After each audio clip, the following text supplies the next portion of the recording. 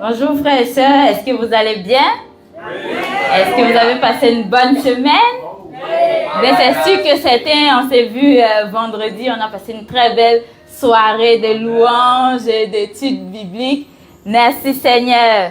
Nous rendons grâce au Seigneur. Bien, nous sommes là aujourd'hui pour notre célébration du dimanche et nous allons commencer par la prière.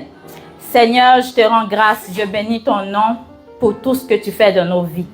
Je te rends grâce, Seigneur Jésus, pour la vie que tu nous donnes, pour la santé, Seigneur, pour la protection sur nos vies, pour toutes les fois où tu nous conduis, Seigneur Jésus.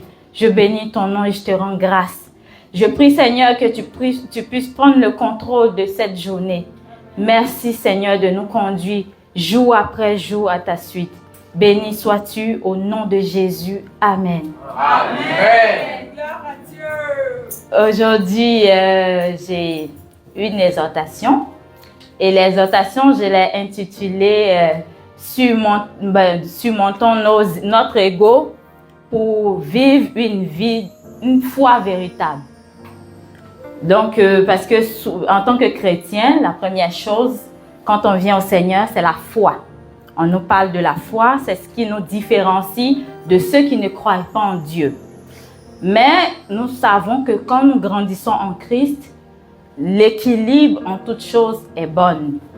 Il faut faire la part des choses, il faut différencier où est-ce que ça s'arrête. Parce que quand on dit qu'on a la foi, arrivé à un certain moment, on peut le confondre avec l'ego. On va commencer avec Hébreux 11, 1 pour définir c'est quoi la foi. Comme la parole de Dieu nous dit, qu'est-ce que c'est la foi? Or, la foi est une ferme assurance des choses qu'on espère, une démonstration de celles qu'on ne voit pas. Dans le fond, quand moi je suis arrivée au Seigneur, plusieurs fois, les gens disaient que quand tu crois en Dieu, tu viens, tu pries, et puis tout ce que tu demandes, le Seigneur te donne.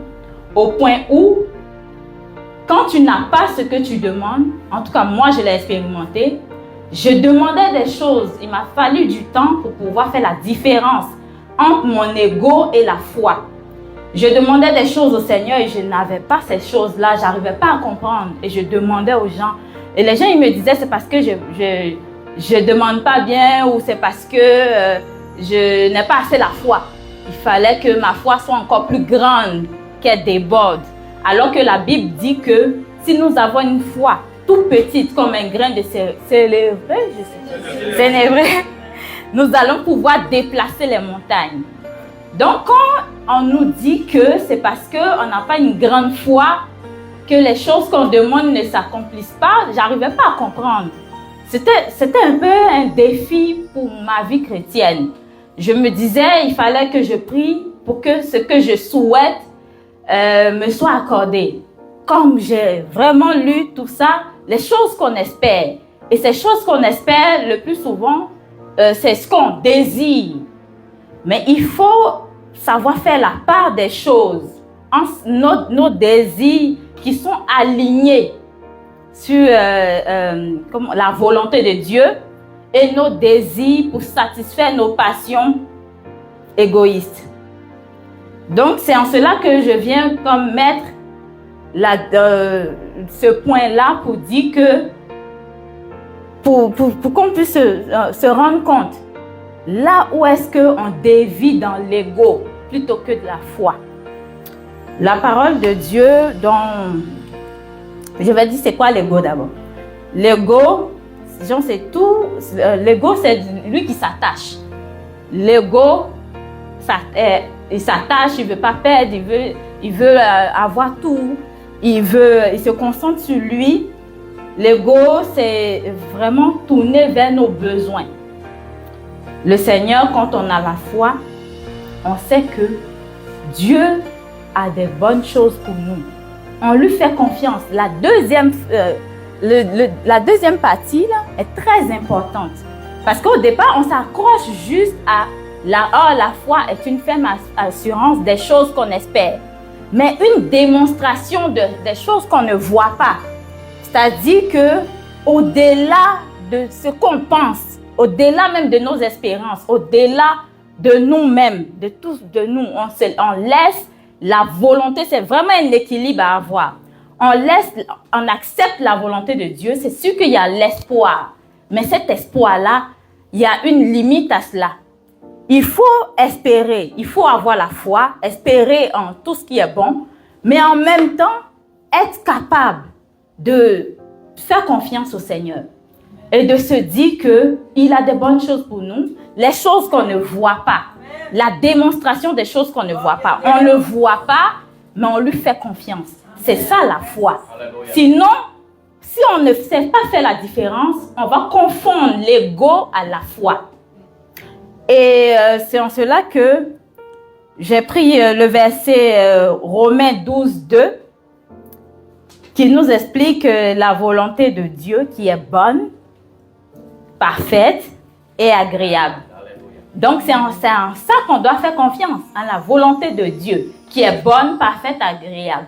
Même si on ne voit pas, même si on ne sait pas où on va, la foi, ce n'est pas juste j'espère telle affaire et c'est ça qui doit être fait. Ça, c'est l'ego.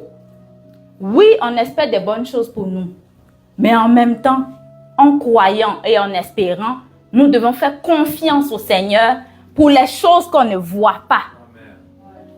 Amen. La Bible dit que la lumière est une lampe à nos pieds.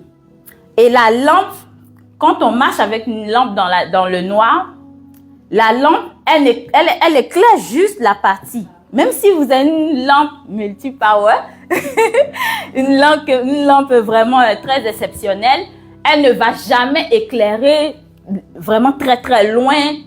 Mais nous, en tant qu'humains, on a l'habitude de vouloir contrôler les choses. Et on veut voir au-delà. Mais le Seigneur, il dit non. Il dit, faites-moi confiance. On n'a pas besoin de voir au-delà. On prend la parole de Dieu qui est la lampe à nos pieds et on avance. Pas à pas. Petit à petit.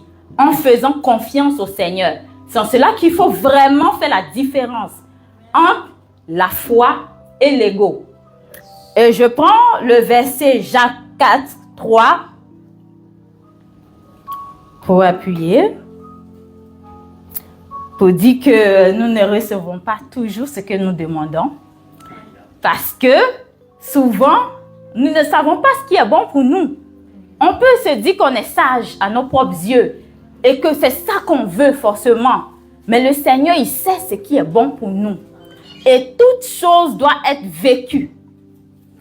Que ce soit la tribulation, toutes les choses là qu'on vit, on doit être capable d'avoir la force de traverser tout ce qui se présente à nous parce que le Seigneur a dit dans sa parole que même si nous sommes dans le feu, il sera avec nous.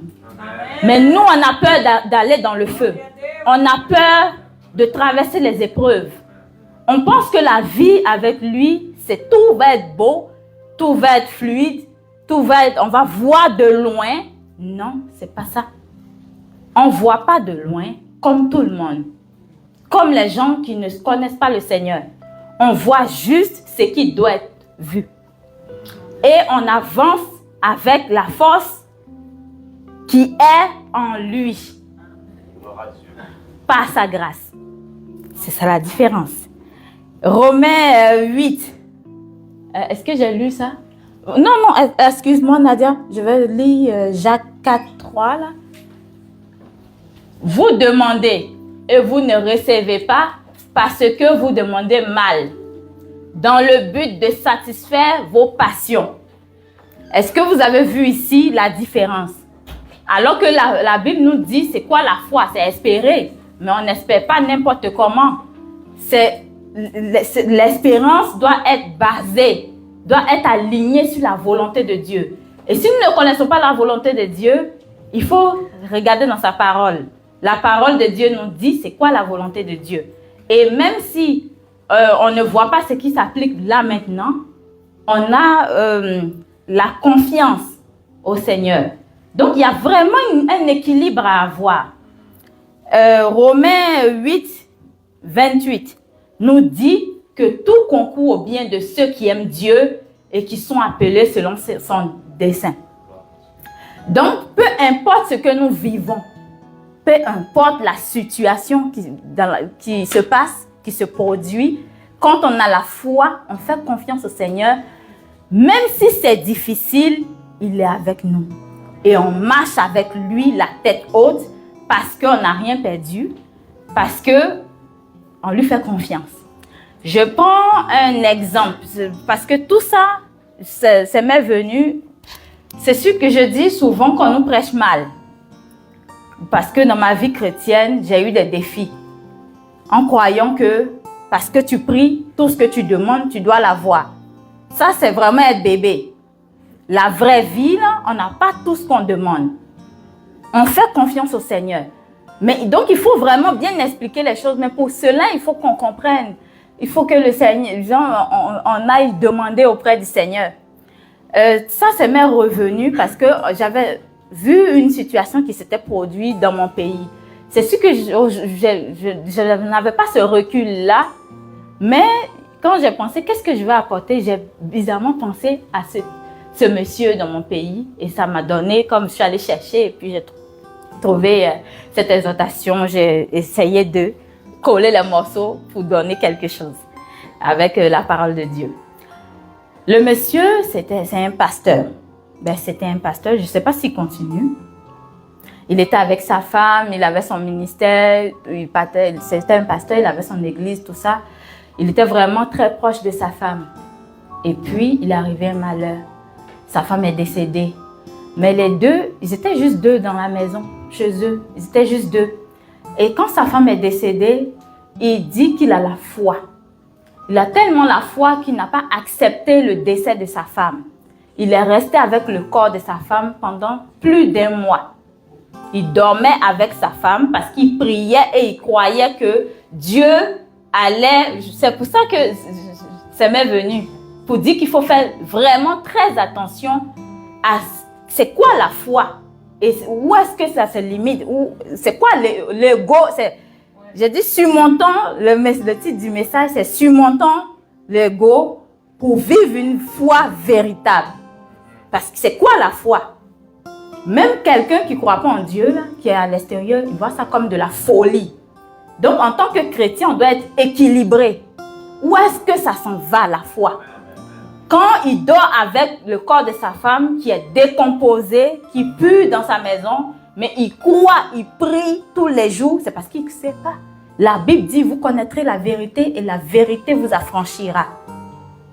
Et il priait toujours et il espérait, mais si on s'arrête juste aux choses qu'on espère, c'est pour ça qu'il ne faut pas juste prendre un morceau. Il faut l'équilibre. En tant que chrétien, il faut l'équilibre. Si on prend juste les choses qu'on espère, il espère que sa femme va revenir et qu'elle n'est pas morte. Donc, il prie, elle est décomposée, il y a des asticots, il y a tout, mais il prie. Donc, il faut un équilibre en tant que chrétien. Il le faut. Si on n'a pas l'équilibre, on s'en va tout droit quelque part. La Bible dit que l'esprit, la lettre tue. Et c'est l'esprit qui vivifie. Donc, en toute chose, il faut demander l'esprit. Et il faut avoir le courage de marcher en faisant confiance au Seigneur. Donc, il faut vraiment qu'on fasse la part des choses. C'est quoi la foi? Et c'est quoi l'ego? C'est mon message. Bonne journée. Merci.